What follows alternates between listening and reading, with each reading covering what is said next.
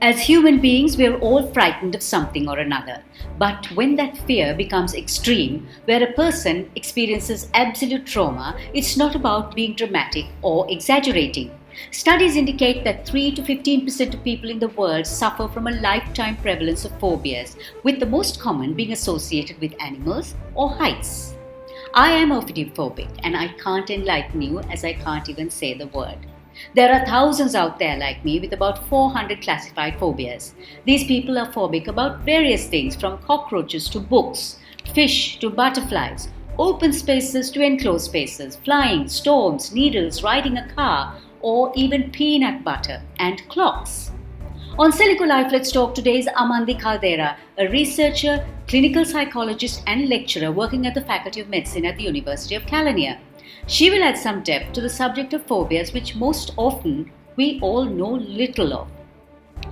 Welcome, Amandhi, and thank you very much for joining us on Silico Life. Let's talk. What is the difference between a fear and a phobia?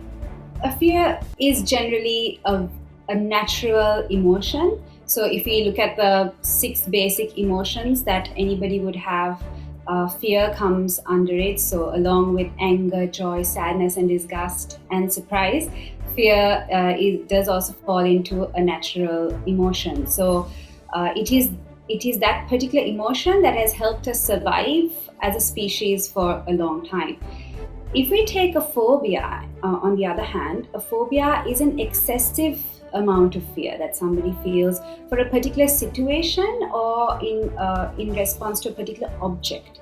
So I would say that's the biggest difference between the two. And also I would add that somebody who has a phobia generally would have an excessive amount of fear in contrast to the actual proportion of fear that person should have to that particular situation or object. For outsiders looking in on a person with a phobia, it can seem almost trivial and nonsensical. What is it that people should be aware of if someone has a phobia? How should they react? Somebody who is around someone who has a phobia needs to keep in mind that this reaction is not put on, or it's not something to gain attention from. Those are the kind of comments often people with phobias have to endure, and I don't think that's very fair. The reaction or the excessive fear that they feel is very, very real, and it also becomes a very physical reaction after a while. The heart starts pounding, they might start sweating, they might maybe get tongue-tied or not be able to speak. In certain situations, they might even faint. And the person is not able to logically think, okay, this thing or this dog that I'm scared of is not going to bite me.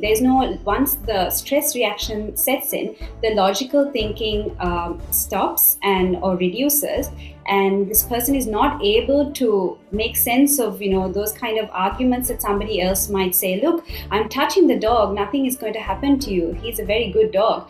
But somebody who with a phobia of a dog is not able to comprehend that in that stressful situation.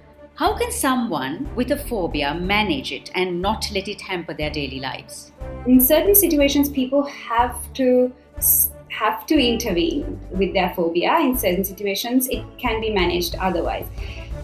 So there are 3 things that people need to do. First of all, they need to know how to calm themselves down. Learning relaxation techniques and learning how to calm yourself down is very essential for somebody who has a phobia. And the second thing is the person needs to the person or whoever, the caregivers, let's say if it's a child, they need to gradually start exposing the person to this particular object or situation that they are having this excessive fear towards. For example, let's say they are scared of butterflies again.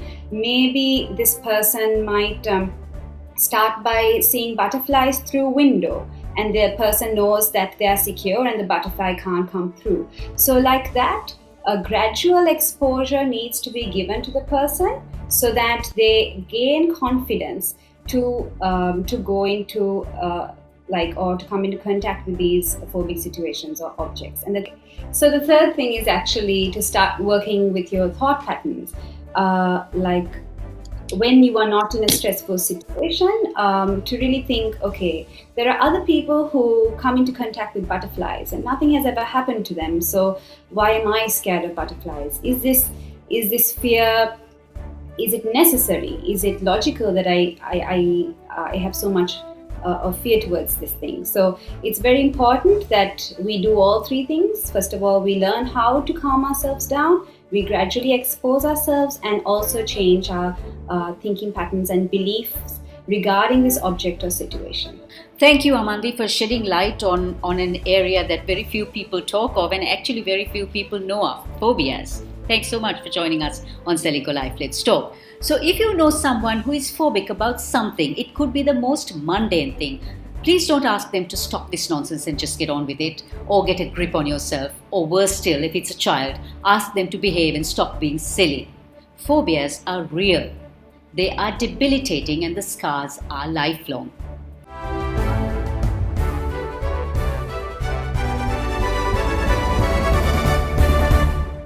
We are here to better your lives and champion your every goal.